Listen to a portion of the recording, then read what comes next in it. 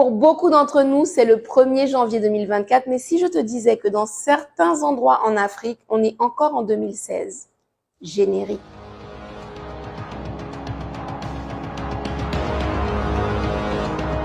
Bienvenue sur Afrique Résurrection, je suis Safiane Joylab, chercheuse en histoire et culture africaine. Alors aujourd'hui, c'est le prétexte tout indiqué pour moi pour te parler d'un autre paradigme. Beaucoup d'entre nous sommes nés et avons baigné dans des sociétés où le calendrier est basé de telle sorte que nous pensons être le 1er janvier 2024. Mais toutes les populations de la planète ne s'appuient pas sur ce calendrier. La plupart d'entre nous, on sait que le nouvel an chinois est totalement différent du calendrier que nous utilisons. Eh bien, c'est exactement la même chose pour l'Éthiopie qui utilise un calendrier qui a 13 mois. Effet particulier, le 13e mois n'a pas du tout le même nombre de jours que les autres mois de l'année. Et surtout, le début de leur année équivaut au 11 septembre de notre calendrier. Donc, le 11 septembre 2023 pour notre calendrier était pour les Éthiopiens le 1er jour de l'année 2016.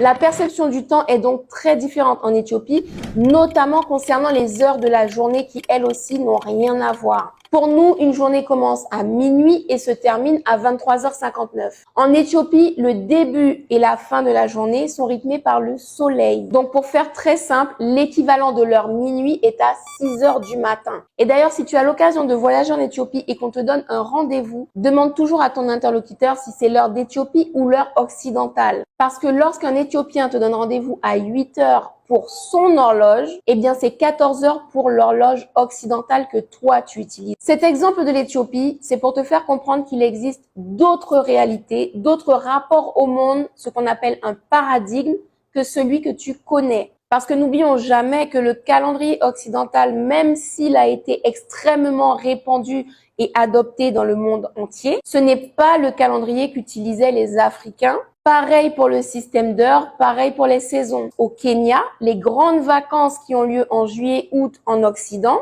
eh bien, elles ont lieu en novembre et décembre au Kenya. Ce sont les 2 mois les plus chauds de l'année dans le pays. Et la société kenyane estime que lorsqu'il fait aussi chaud, les enfants ne sont pas aptes à se concentrer et donc à apprendre efficacement. La rentrée scolaire a donc lieu chaque année au Kenya en janvier. Et donc, je t'invite en ce début d'année à réfléchir à comment glisser de plus en plus vers un rapport au temps, vers une réalité qui correspondent à l'environnement africain ou à l'environnement caribéen ou à l'environnement sud-américain. Nous devons nous détacher de plus en plus des normes occidentales qui ne correspondent pas et surtout qui ne sont pas bénéfiques pour les populations afro. Il est également important que les faits marquants qui rythment notre calendrier nous concernent. Les 8 mai, 14 juillet, 11 novembre, tout ça ne nous concerne pas. Pire encore, la plupart de ces dates célèbrent des victoires qui sont non seulement des échecs de notre côté de l'histoire, nous les populations africaines, mais qui sont surtout des événements qui évoquent nos massacres. Kémy Séba nous alertait dessus il y a déjà des années.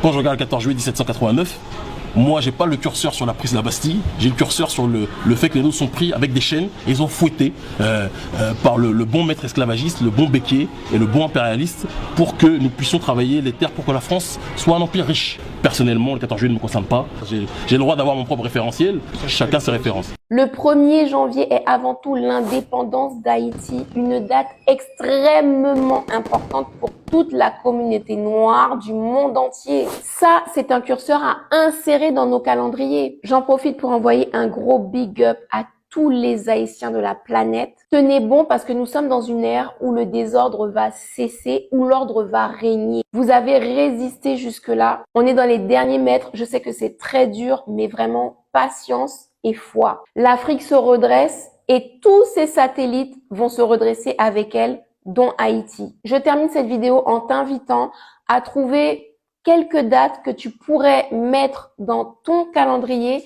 et que tu pourrais célébrer au fur et à mesure de l'année. Ce serait un premier pas vers un changement de paradigme. Si tu as regardé jusqu'ici, commente Indépendance Haïti, dépose-moi ton like et surtout abonne-toi à Afrique Résurrection sur TikTok, Facebook ou Instagram. On se dit à très vite pour une autre vidéo.